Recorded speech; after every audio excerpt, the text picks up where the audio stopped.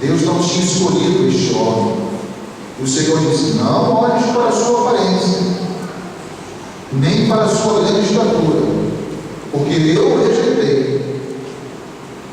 Ou seja, quando Deus não escolhe, não fala portanto a Samuel qual será dos filhos de Jessé, ele não deixa Samuel ungir e não dá o seu espírito.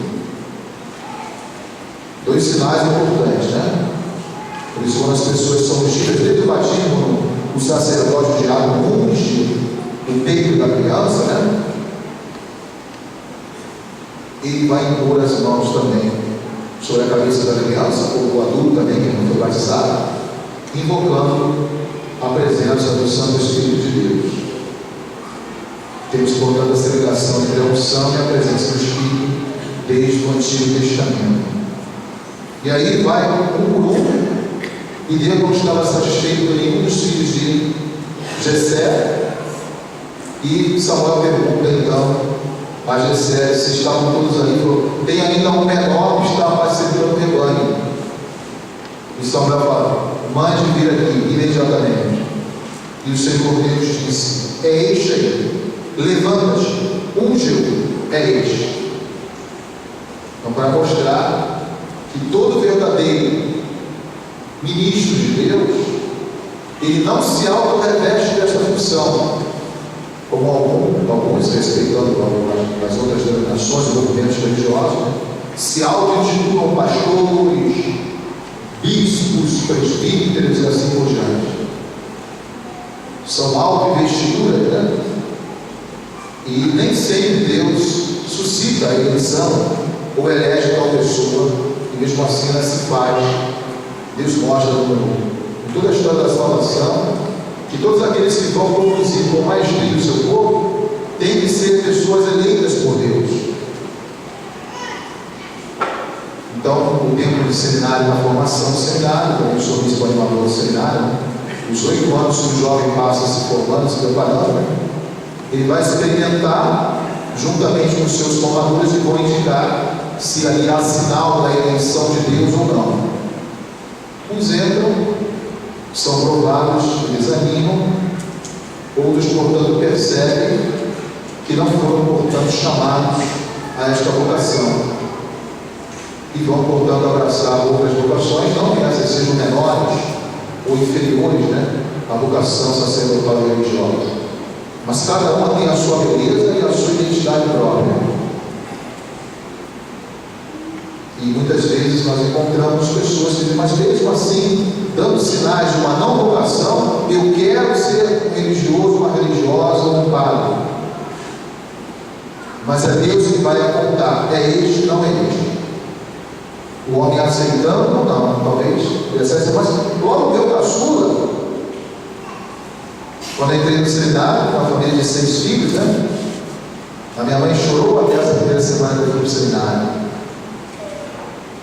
E quando eu cheguei, depois de uma semana fora, né, vendo o seminário, ela ouviu o barulho no portão, já veio correndo na abraçar e chorou o tempo todo, sentindo a falta do filho, né? Aí ele falou assim: mas Deus tinha 6, mas levou logo na sua para ser padre, né? Então, ele não tem critérios, não segue critérios humanos na sua eleição. Os meus pensamentos não são os vossos pensamentos. Os meus juízos não são os vossos juízos, né? Ele chama aqui, e até Samuel, que poderia ali interceder para um outro filho: não, Senhor, porque ele vai ficar triste, você está pegando o menor dos filhos, vai tirar o caçula. Não, Samuel simplesmente ouve a ordem de Deus e a cumpre. Então, por isso, aqui está um tema muito bonito dentro desse tema quaresmal também, que é exatamente esse tema da eleição da vocação. Aí nós vemos essa imagem: Deus rege ou suscita um rei para que possa ter a regência, para que o povo possa sentir a presença de Deus como pastor que está à frente do seu rebanho, do seu povo. Daí nós cantamos esse Salmo 22, tão bonito, né? Que a nossa jovem me cantou: o Senhor é o pastor que lhe conduz, não lhe falta coisa alguma. Deus não deixa faltar nada ao seu povo. A única vez que falta alguma coisa ao povo é quando o povo dá as costas para Deus, rompe esta aliança com Deus e não cumpre, portanto, a sua vontade, suas leis, seus preceitos. A iniciativa, portanto, do mal é sempre da parte, portanto, do homem e não de Deus. Aí nós vamos voltar para o tema da luz. Começamos agora a meditação da carta de São Paulo aos Efésios. E aí nós temos essa imagem de São Paulo tão linda, porque a comunidade de Éfeso é uma comunidade tipicamente pagã, dada aos prazeres mundanos, né? E também a um certo paganismo, a religião ligada às forças da natureza, que não se ocupava tanto com o fato da moral do homem, a conduta humana, mas simplesmente com o fato do homem aplacar a ira dos deuses, oferecendo, portanto, dando a oferenda a determinada entidade. Isso bastava, sem nenhuma vinculação do seu aspecto moral. E aí, São Paulo mostra a vida passada dos homens desta comunidade de Éfeso. Outrora eres trevas, mas agora sois luz do Senhor. Porque a mensagem de Cristo trazida por Paulo nessa comunidade tirou os homens das trevas, da ignorância, do não saber, da ausência de fé, chamando-os, portanto, à luz admirável da fé. Olha aí o tema da luz, tá vendo? Por isso também hoje o domingo é chamado domingo letare, da alegria. Tem uma pessoa que se chama Letícia, não? Tem uma lá atrás, olha aí, ó, tá vendo? Hoje é o seu dia, todos devem te dar parabéns, porque o nome Letícia vem de Letícia, né? Alegria. Letare e Letícia tem a mesma raiz latina, né? Então, eu até hoje nunca encontrei uma Letícia triste.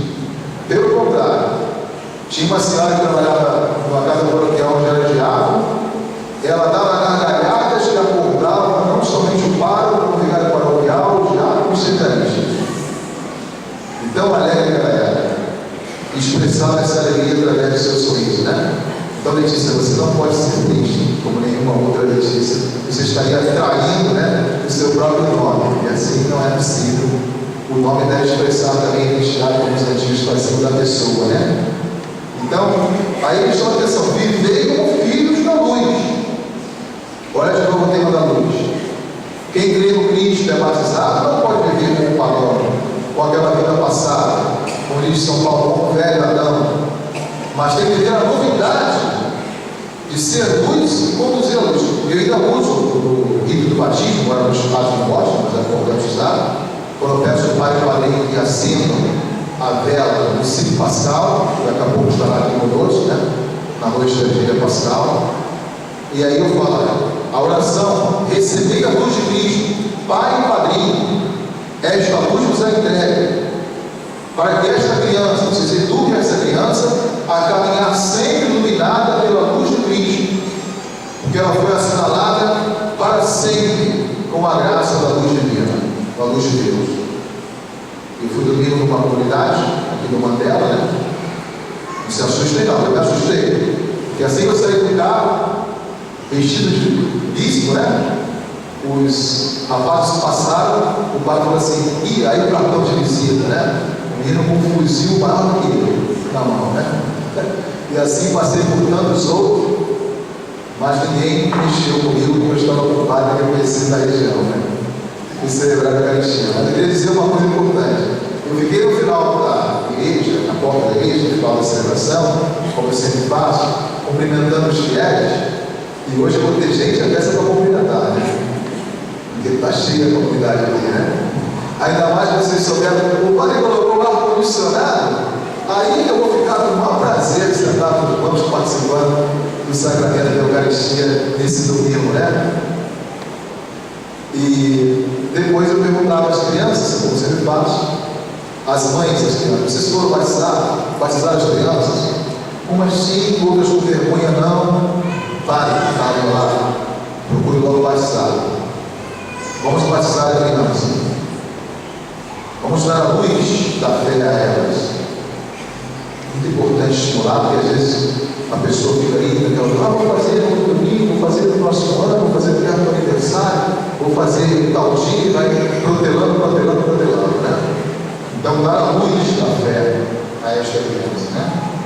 Então, aí está o despertar. Quando nós estamos dormindo, geralmente a gente apaga as luzes, né? A gente apaga as luzes. Mas quando a luz é acesa, ela nos desperta. Está na hora de acordar nossos jovens e as crianças que estão tão quietinhas hoje aqui, né? Não sei se essa tem a missa das crianças mais cedo, pai? É essa aqui? Então elas estão de parabéns, porque às vezes eu vou em missas de crianças que nem o máximo do volume consegue controlar. E elas estão bem comportadas aqui. Eu não sei se parabenizo as crianças, estão atentas à palavra de Deus, ou as catequistas que estão exercendo bem, estão educando bem as crianças, né? Não que os pais não façam dentro de casa, eles fazem, né? Mas os catequistas ajudam nesse processo de educação. Onde estão os catequistas aqui? Nossa autoridade. Cadê os catequistas? Tem ali duas, só 3, 4, 5, 6, 7, 8 parabéns, igual 9, né? Isso aí, estão de parabéns. Então é importante esse processo catequético, né? E sempre conduzir as crianças, as crianças, quando estão cheias de sono, né? O papai e a mamãe vai lá, acende a luz já desperta um pouco. Então São Paulo assim, desperta tu que dormes, né? Uma catucada na pessoa e ela, né? Acorda para a vida. Você tem uma função para fazer, um compromisso, né? Levanta-te dentre os mortos, São Paulo fala, porque há muitos homens vivos, mortos. Existem os vivos mortos, são aqueles que estão vivos biologicamente, mas estão mortos no campo da fé, assim como existem também, no meu ministério sacerdotal, passando em diversas comunidades, né? Visitando, quer dizer, na igreja vinham sempre as viúvas de marido vivos. E eu ia nas casas, eu quero conhecer o seu morto-vivo. Eu quero conhecer o seu morto-vivo, o seu viúvo. Ah, mas como é isso, pai? Aquele seu marido, eu vejo sempre você aqui na igreja, nunca vejo o seu marido. Você tem marido? Né? E não vou fazer como Jesus com a samaritana do rio passado. Olha, disseste bem que para certas coisas vocês não têm marido, não. Tem marido para tudo, mas marido para vir à igreja não existe. Marido para vir à missa não existe.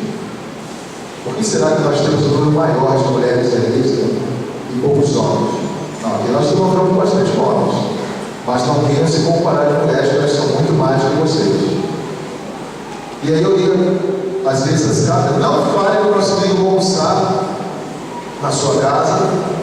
Prepare tudo, mas não fale. Você perguntar, vem um parente, um amigo aí visitar, um amigo, mas não fale preocupado.